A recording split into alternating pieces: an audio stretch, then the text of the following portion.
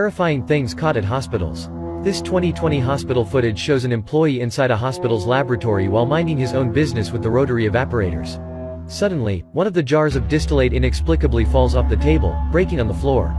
Upon noticing the broken jar, the employee leaves the room to tell his supervisor about what just happened. Not amused with what he's witnessing, the supervisor dismisses the employee, who leaves the room in anger.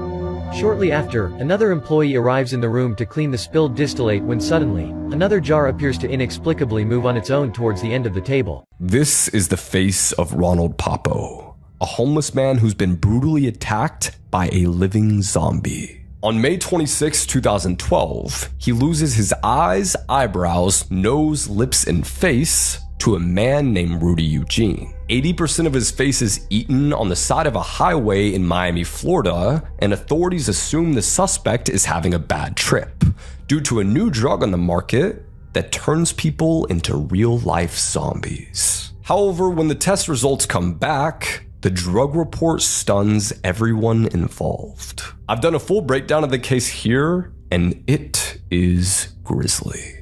The last photos taken of people before they went missing. This was the last photo ever taken of 66-year-old Geraldine Largay. On the 22nd of July 2013, Jerry Largay suddenly went missing on a trail when she was hiking. Her body was found nearly 2 years later in October 2015 by another hiker. Unfortunately, it was later found out that she got lost on the trail and died after 19 days living in the wilderness. Authorities also found that she had kept a journal and wrote in it every day that she was missing. The scariest emails ever received. On May 14th, 2011, Kiara Davis received an email on her computer. Before opening it, she read the subject line, which said, "Please listen to me carefully, Kiara." This piqued her interest, so she clicked it. The email read, "Hello, Kiara. My name is not important. However, I know everything about you. 2 years ago, you moved out of your apartment and into your new house in Fairbanks. Your new house in Fairbanks used to belong to me. Until you move out of this house, I will continue following and messaging you. Sincerely, closer than you think." This email freaked out Kiara, so she called the police. The police didn't really do much because they just told her to go and lock her doors. A few years go by, nobody's emailed her and nobody's messaged her, so she just thinks all of this has kind of gone away. Until December 15th, 2014, a new email pops up. This is 3 years later. The subject line read, "Kiara, I told you." She opened the email and there was a link to a video. There were over 300 videos of this mysterious person walking around Kiara's house late at night. 12 of them included watching Kiara sleep. Kiara eventually moved, but the suspect was never caught. If you enjoyed this scary story, check out hyperwriteai.com. This website allows you to auto-complete some of your emails, which will save you a ton of time in the future. On the real, this is something I personally use every day, so make sure to check out hyperwriteai.com to check it out. See you guys. Here were 3 of the most disturbing communities on Reddit. Just a quick heads up, if you have a sensitive stomach, don't go searching these subreddits. Let's start off with some mild stuff, shall we? The Reddit community r/human toilets is not just a place for pictures and videos of people using others as toilets, but also a meeting place for people who want to be used for those types of bodily functions. We live in 2022, and while some kinks are starting to be widely accepted, this shouldn't be one of them. The subreddit r/beating women is a dedicated community full of photos and videos of women being assaulted, but also discussions on how to beat women and inflict the most pain. And the last one, and the one I do not recommend visiting, is eye bleach. A lot of people make the mistake between eye bleach with an A, which is a subreddit for cute animals, and eye bleach without the A, which is just pure gore, videos and images of cruelty, and much more. You'll definitely need to wash your eyes with bleach after seeing that. Disturbing fan encounters with YouTubers. In this 2018 video, the YouTuber Chili was recording some regularly scheduled spring break content when the YouTuber and her team got to know a fan who showed up to give them a gift. Logan, so his name is Lance, and look what he and now look what he gave us. At about the 4.5-minute mark, the fan makes a break with Chili's purse and runs out the door.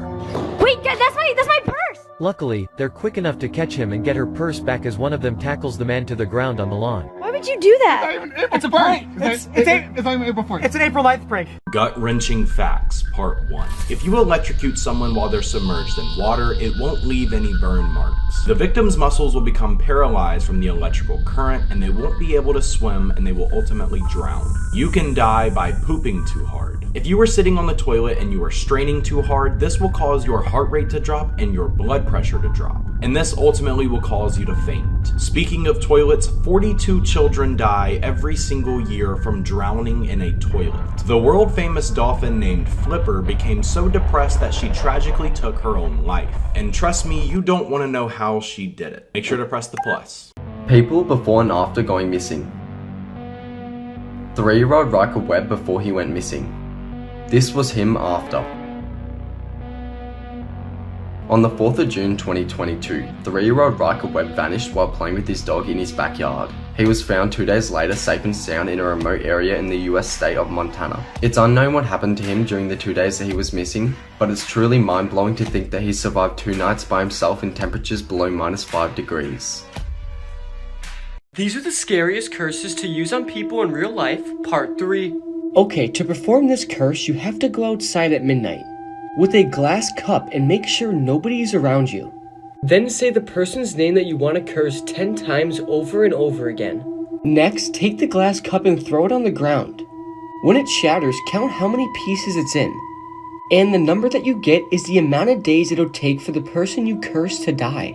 Now pick up every single piece of the glass, but be very careful, because if you cut yourself with the glass, the curse will then be put on you. Terrifying moments caught on planes. All the passengers on this flight were terrified because of this. This flight assistant was inspecting a plane at night when he notices something horrifying. No, mommy. This passenger was recording the sky from the plane when suddenly, Okay, what is that?